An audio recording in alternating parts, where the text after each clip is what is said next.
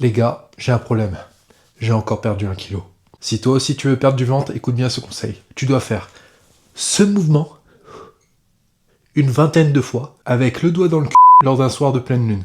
Ça, ce sont les informations que je comprends lorsque j'entends quelqu'un dire qu'il faut faire les abdos pour avoir le ventre plus plat. Mais la vérité, elle est tout autre. Figure-toi que le stockage de graisse n'est pas uniforme. On a beaucoup plus de graisse qui se stocke là au niveau du ventre et au niveau des hanches qu'au niveau des bras ou au niveau des jambes. Et c'est pour cela que lorsque tu démarres une perte de poids, tu as l'impression de sécher sur les extrémités, donc c'est-à-dire au niveau des membres, mais pas ici. Et écoute bien ce que je vais te dire parce que ça va te donner du courage. Lorsque tu te casses la tête à bien manger, à faire du sport, à faire tout ce qu'il faut pour perdre quelques kilos, tu perds autant partout, y compris au niveau du ventre, mais vu qu'ici il y a un peu plus de matière à enlever, ça prend un tout petit peu plus de temps. Du coup, sachant cela, qu'est-ce qui est le plus important? Optimiser ton plan au maximum, des choses qui t'apporteront un maximum de résultats en un minimum de temps, ou au contraire, veiller à ce que tu apprécies ton plan alimentaire et que tu apprécies l'activité physique que tu t'imposes. Eh ben, je vais te dire, machine, il faut absolument que tu privilégies ce qui va te faire tenir sur le long terme, ce qui va te donner envie d'être régulier, parce que la perte de poids et l'amour de soi, qui est quelque chose de